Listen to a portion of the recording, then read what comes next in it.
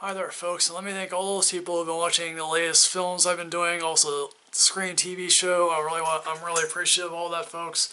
So thank you all for that. Keep growing this channel. Please tell your friends, tell your family, tell everyone about this channel. Help me grow it, folks. You're awesome. Thank you.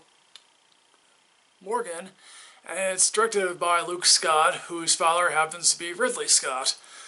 And Morgan Anna Taylor-Joy is a product of a think tank group headed by Liu Chang, played by Michelle Yeoh, and Dr. Simon Ziegler, played by Toby Jones. This is set in an unspecified future here, in which an unknown corporation is tasked, has set these people along with several other people to create a weapon of sorts.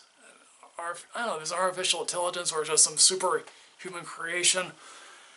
And they give Morgan a self-awareness of sorts as well as a consciousness, and unfortunately Morgan then attacks one of the scientists. So after Morgan then attacks one of the scientists, Lee Weathers, played by Kate Mara, who is a corporate fixer, is brought in to determine the situation. And she also then brings in Alan Shapiro, played by Paul Giamatti, and he's a therapist of sorts, or a psychologist, and he's there to determine whether Morgan should be terminated, I guess. So things here begin to go drastically wrong as Morgan escapes. So let me say what I like about this film. I think I like the cast of this film pretty much. It's like Anna Taylor-Joy as Morgan. She gives like a nice performance as, you're trying to figure out whether she's, just misunderstood, evil, or just somewhere in between. Jennifer Jason Leigh has a nice cameo as this one scientist got attacked by Morgan. She's interesting. Kate Mara, she's good in this type of role, and Paul Giamatti has a very interesting scene as the doctor or psychologist, and his interaction with Morgan is quite interesting. But boy, do I have a whole bunch of problems with this film. First and foremost, it's like I always knew what was going to happen before ahead of time, and that's a real big problem with me. If I can know what's going to happen ahead of time in a film like this, that means the film is in trouble, and it's like, yeah, I know what's going to happen to these people as this film moves along. Another thing is, again, Luke Scott, I'm sorry, if you want to create dense sci-fi drama, you have to look at your dad first, because he made some really good dense sci-fi dramas. And it's like, if you want to ape him, that's fine. But you have to go one step further, because your father, again, he made Alien, he made Blade Runner.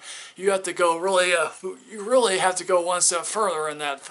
So, again, God bless you. I hope you have a great career, but you have to be really good at what you want to do. When people create like artificial intelligence, or like at least people with enhanced abilities, why do they always have to be killing machines? Why can't they be, create a new type of flower, or, find world peace or anything like that? I'm just curious. Also, at the end of this film, there is one of those we'll explain to you everything scenes of what you just saw, and it's like a heavily bearded Brian Cox is explaining to you what you just saw, and it's like, as you're hearing him explain it to you, it's like, okay, I guess, yeah, okay, I'm getting where you're...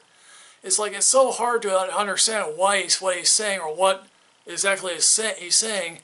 It's like, it makes you even more confused. And if that scene had not been in there, I might have enjoyed this film a little bit more. But again, it's like, I really don't get what you're trying to say here. And it's like, but perhaps the biggest problem with this film, at 3/4 of this film, I guess the last act is quite interesting, but 3/4 of this film, to get to the last fourth of the film, it's boring here, folks. It just is. So in the end, folks, this film, while having a good cast, and again, also the fact that this film only has barely grossed $1 million, that tells you probably something here, folks. So in the end, folks, what I'm going to do, considering the fact that this has a great cast, but again, it just doesn't really go anywhere and doesn't really do anything spectacular, I'm giving this a ranking of subsequent weekend, because I feel like the cast is so good, and that elevates it somewhat. So folks, what did you think about Morgan? Did you happen to like this film? Did you not happen to like it at all? Are you those people who actually are stuck with their girlfriends watching The Light Between the Oceans? Yeah.